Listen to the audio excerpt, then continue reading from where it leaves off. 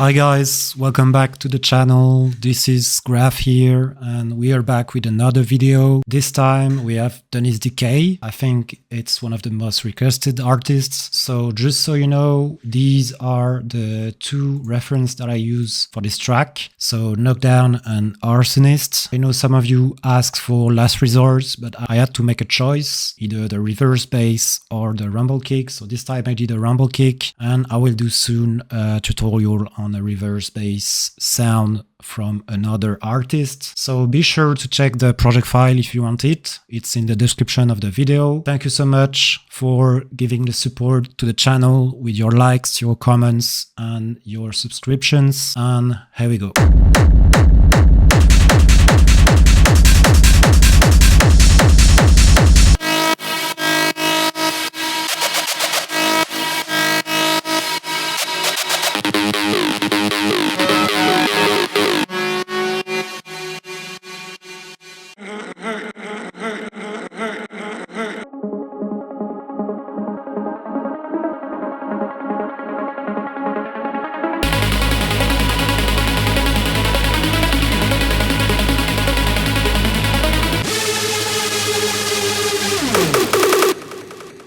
So as usual, let's start with the kick. I used my usual template for the kicks. So several layers, a punch, a top kick and a rumble. And then I recorded this and I had a few other processing and EQs and other top kicks until I get the final result. So this is this kick.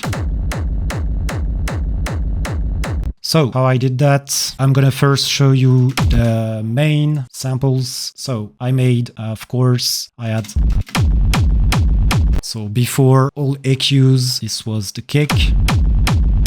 I think I recorded it at 160 and then went back a bit slower. It's interesting to do that sometimes because you're not gonna get the same groove and the same movement, especially on the rumble, depending on the BPM.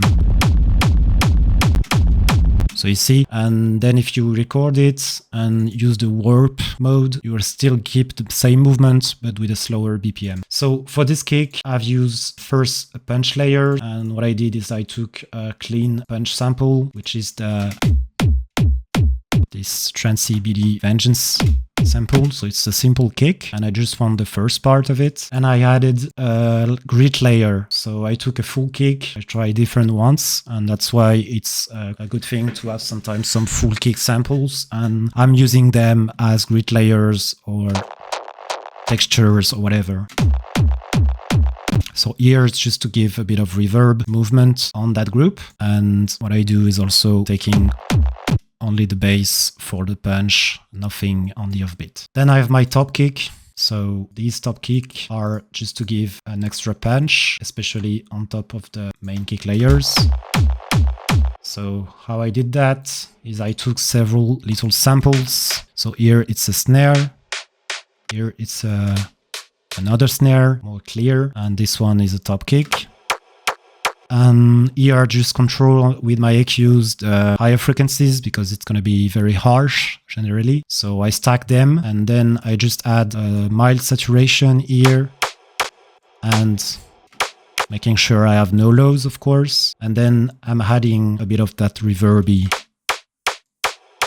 with a convolution reverb. This is also to give some extra room to my punch so that it's more coherent with the rest and so that I have something for the whole length of the kick. So these are my two bass layers. Just so you know, for this reverb, I add, of course, a sidechain on the punch. So that's why I do parallel processing. There's a slight EQ also for the resonances. And then there is my rumble. So for my rumble, I stacked 3 different layers of some samples until I get what I want. So I can play around with the pitch here. I can play also with the placement of those rumbles. So if I put this like this, it's not the same movement as here. And I have also a triplet like this. And of course, some EQ. Here I wanted a bit more resonating frequencies, here a bit more opened. I make sure my bass is in mono. I of course sidechain. So everything is then grouped into a kick group and without all the processing. This is something, I have all the frequencies, but it's not heavy enough. So that's why I add lots of saturation. If I go step by step, I have first this one. Bit of drive, the analog EQ. So make sure you are not in the red here. So maybe add the utility and lower the volumes. Then I have some distortion from trash. Slight distortion plus driver. Then the inflator. And here it's lots of saturation because it's 100%. And then OTT. It's going to bring out everything. Gives life really to the whole thing. I used a lot the OTT in that project. You will see that it's very effective. It's very strong tool to give life to your sound and to make things bigger and with a lot more character and to sound very big. So then just an EQ. Also, because I have my limiter and a clipper with some drive here, since I put some volume up, I'm gonna increase even more the clipping. So it really brings some saturation and some drive. I have this EQ and then I bring back a bit some higher frequencies with that EQ3. And that's pretty much it. So then I record this. I then stack this into another new group. And this one, this is the kick sample. I then add a few more processing and EQs. So I thought I had lots of resonating frequencies, especially in the high end.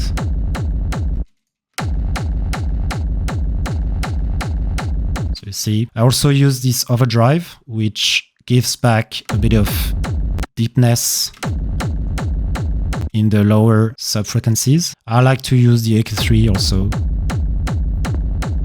Sometimes it flips a bit the phase and it gives some interesting results. I have my D-Res just for that resonancy here. And then I'm adding a bit more punch because it's very compressed because of this, because I clipped a lot. So what I like to do is having a group with lots of compression, saturation, and then put back some top kick on top of it without any compression. And it's going to bring more punch and a bit more dynamic. Also, what you can do is use a transient shaper and add a bit more punch with this. So here I just added another snare top, which is actually very important because without it,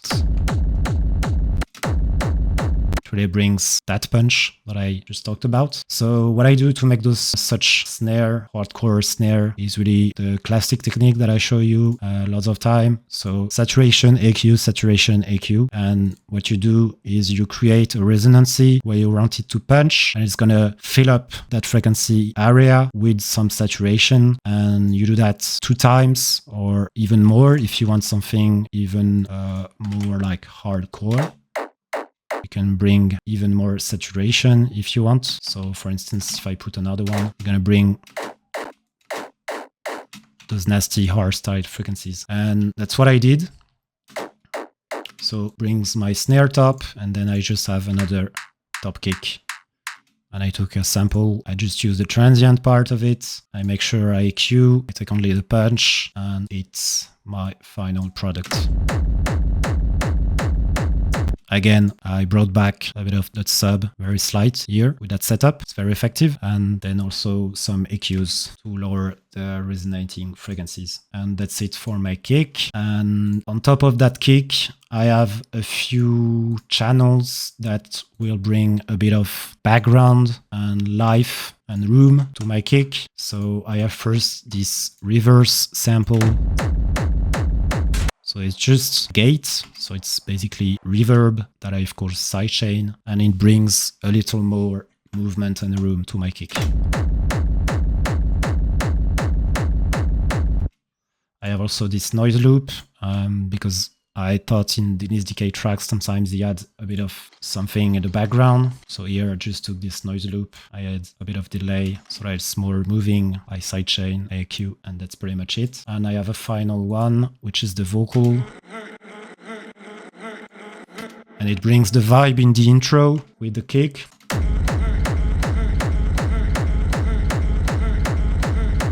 What I did to make this vocal background is I took a vocal loop. So without all the processing, you will see just parts. You see it's that weird vocal. And I had first some width, also added some distortion, some phaser, flanger actually to make some movement. Also a big reverb, put it in the background. Lots of EQ. So no bass frequencies. Also lots of resonances usually in that area, so you have to make sure the peaks are lowered or cut. And then I sidechain. And I have also this track spacer because afterwards in the track it's going to be used during the same time with the acid, and I don't want some masking with the same frequencies, so the track spacer is actually lowering the volume of that vocal when the acid is playing. And I've used this track spacer plugin in a few channels here in my track. Of course, I have some automation. Well, here is just at that point in the track, since I have lots of other elements, I just lower the frequency here so that I have only this as a background to fill up the room, and the rest is going to cover the other frequencies in the spectrum. So that's it for the kick and for the channels related to the kick. Now I'm going to show you the drums. So for the drums, I have a few channels here. I have first this very classic open hat, but effective. So this is the 909 from Ableton. I just distort first.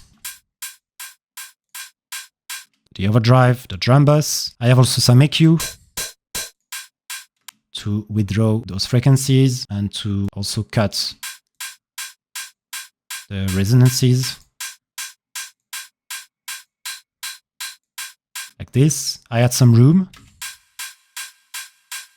So slight plate reverb, sidechain, and then I control the transient because it was a bit too much, and especially in the mix with the kick.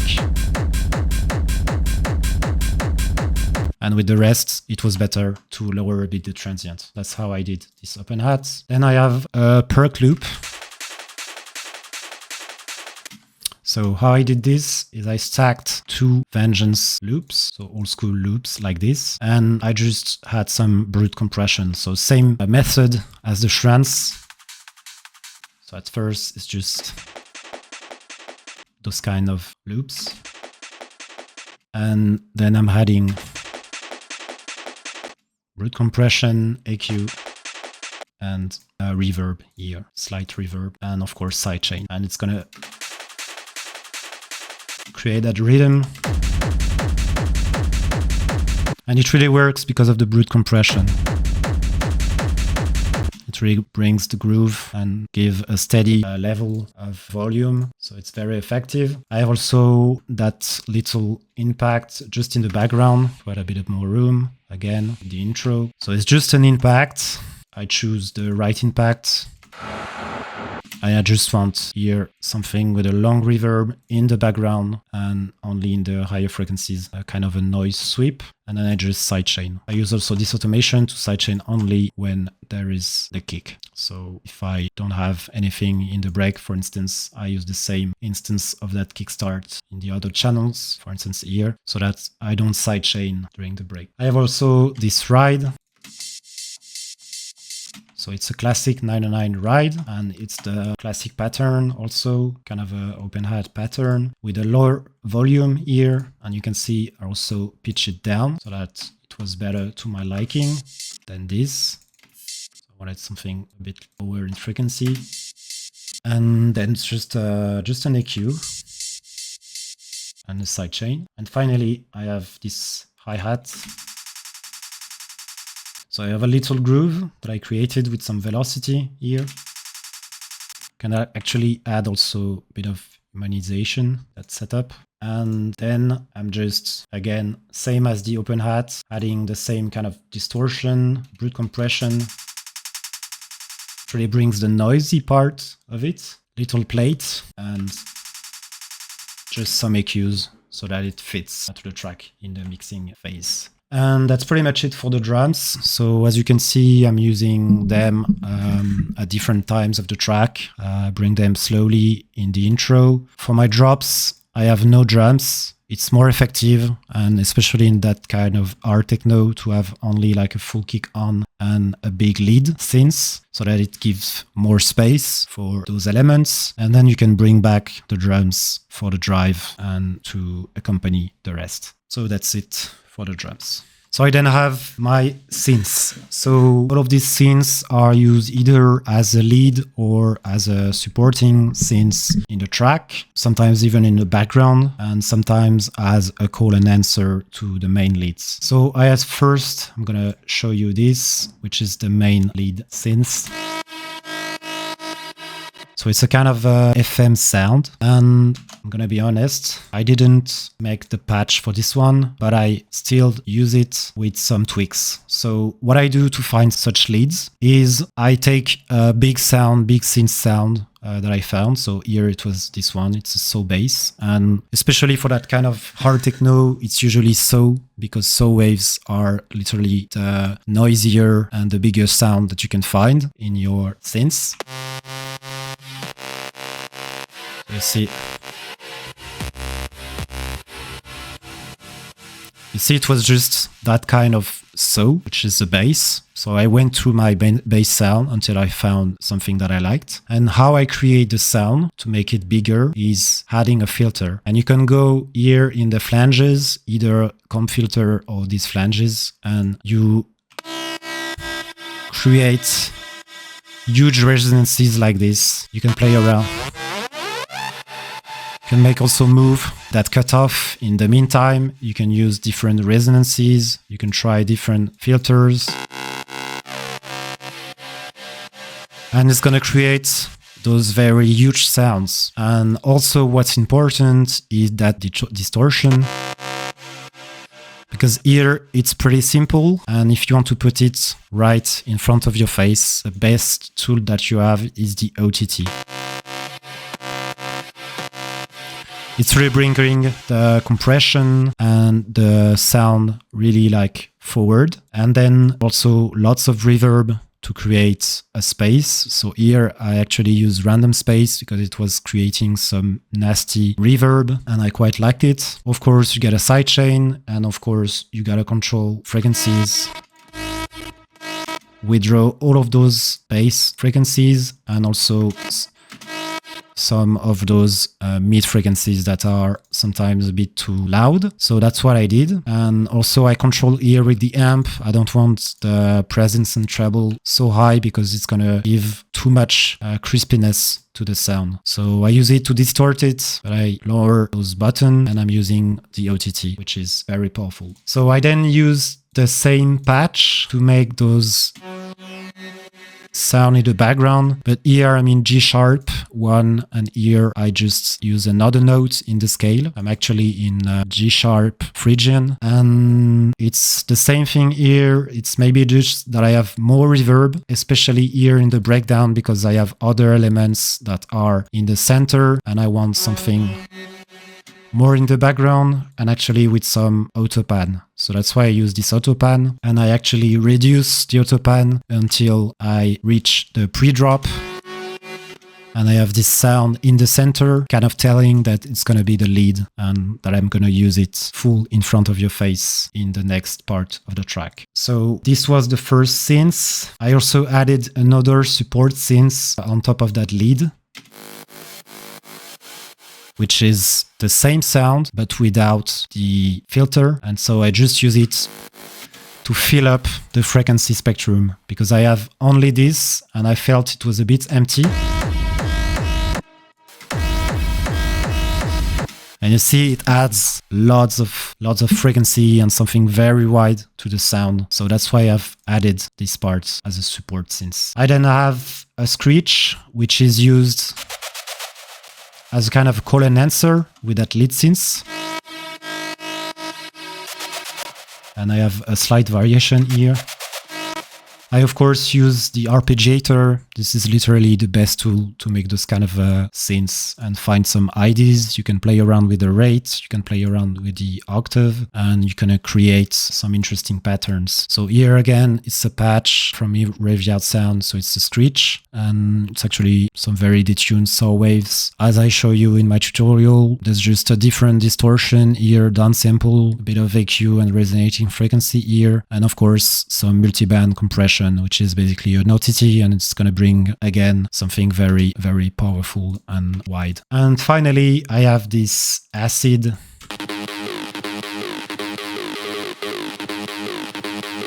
Again, same processing. I'm using an amp, an OTT, and it's really bringing the thing live, and it's so much powerful with those plugins. Again, wide reverb to create a huge sense of space, some delay, and again, controlling the resonances, especially in the mids, and sidechaining. And I'm also playing with the cutoff so that the patterns evolves here.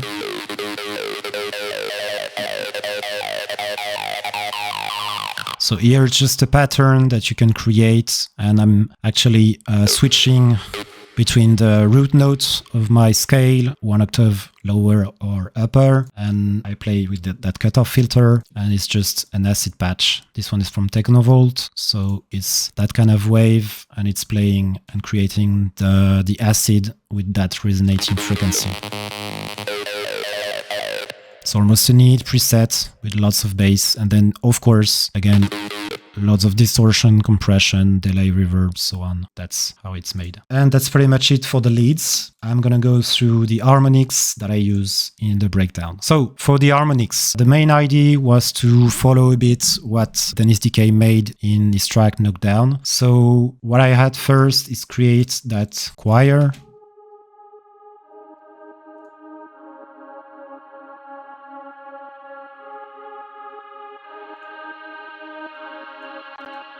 So what I do to create those choir is I usually use Omnisphere, which is the best plugin for that. You have lots of different choice to make those choir. I try different ones until I had something that I liked. You can also check the presets from Ableton. There are a few choirs and vocals that's going to fit perfectly also. For instance, there's Glacier Voice that I use often. And then it's the same kind of processing. So I make the sound more huge with those amps. These are going to bring a bit more the high end. It's going to excite and create a bit more harmonics. I then have, of course, something here to create the pad, because otherwise it's too dry. So that's why I'm using that reverb. So in that case, you can use it 100%. It's going to create that pad. And then again, I'm controlling here. You see you have that resonancy. I bring slowly that pad. I have first something very steady, so everything is in that scale, and I'm especially using one of the notes that is particular for the Phrygian mode. And then I have a slight variation here, because I am now in the breakdown that I started here, and then it brings a new time frame what I have.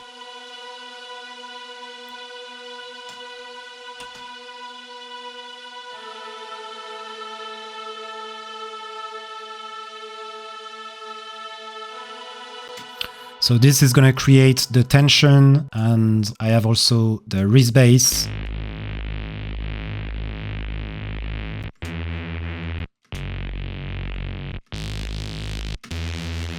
And again, I'm creating even more intensity with that filter that opens up in that part. And the main element that's going to bring the emotion is that Arp. So for the Reese, nothing special. It's one of the patch that I made for the video, the tutorial on Reese basses. And here the Arp, so it comes slowly also. So it's the root note that I play, but I have, of course, here an arpeggiator inside the Serum. So it's going to play a pattern that I liked. Again, I scrolled down through my ARP patches and found something that I like. And especially I was looking for something with a saw wave, because again, that's what those kind of hard techno artists uses. And that's what I did for the lead. So here's just a saw wave that I use with lots of different processing, such as here the flanger, the chorus, delay, reverb to make it huge. And here it's just a pattern that I liked. I make it even more huge, especially with that OTT. So you see the difference. It really brings forward the sound and make it even more bigger. Of course, I have to control that higher frequencies because it's gonna be too much, of course. So I have to balance things out here. And what I do also to bring more intensity is here I bring also the OTT inside Serum. So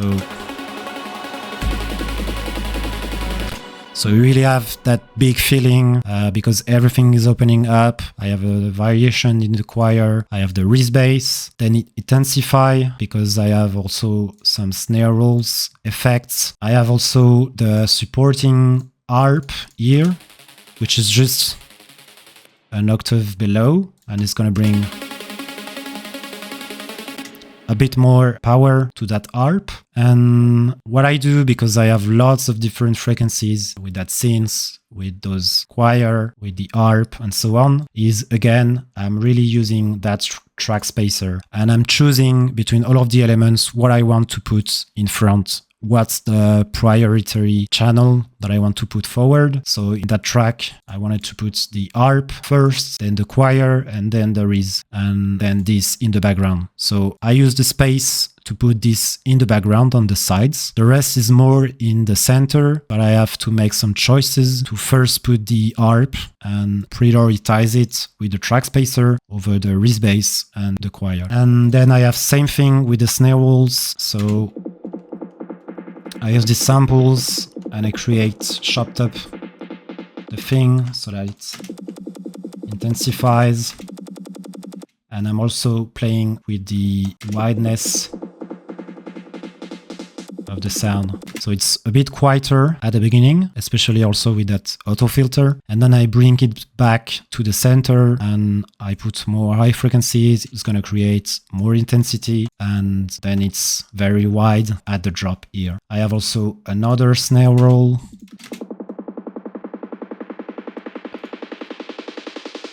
Same trick, make it very wide. So here it's just some layering to have something more full and to have even more intensity. Here I have whips. One which is more like a riser.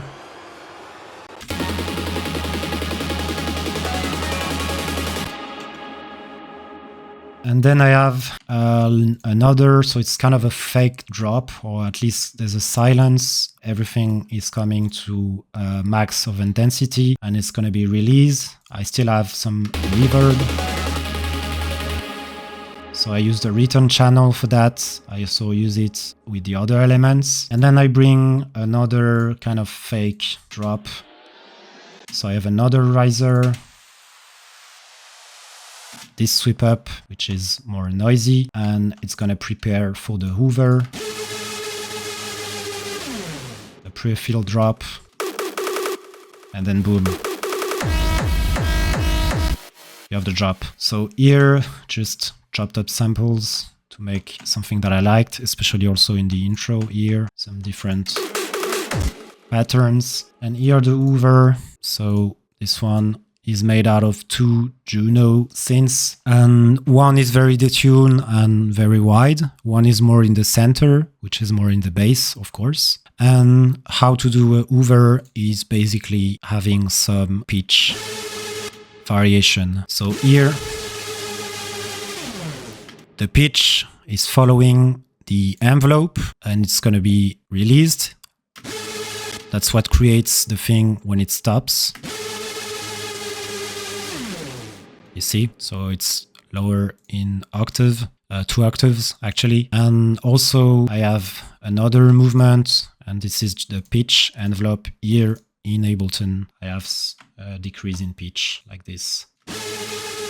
So it's very effective to have these two together. This pitch that is moving during when it plays, and then pitch variation when there is the release of the synths. And then again, some distortion to make it bigger. I have also this dimension to make it wide. Here I use an autopan in parallel processing to have only the high frequencies on the sides, and I still keep the lows in the dry channel. And I have also another reverb. And that's pretty much it. I have just a few sweep ups that I use here for my transitions, here between the 2 drops, here to kind of tell there is a breakdown coming, and here I just have an impact for those moments. And I have a sidechain here when this comes because I have my Reese bass, so I don't want to clash with the bass. And I think that's pretty much it for this track, guys. So I hope you like it. Give me your questions if you have some in the comments. Thank you so much for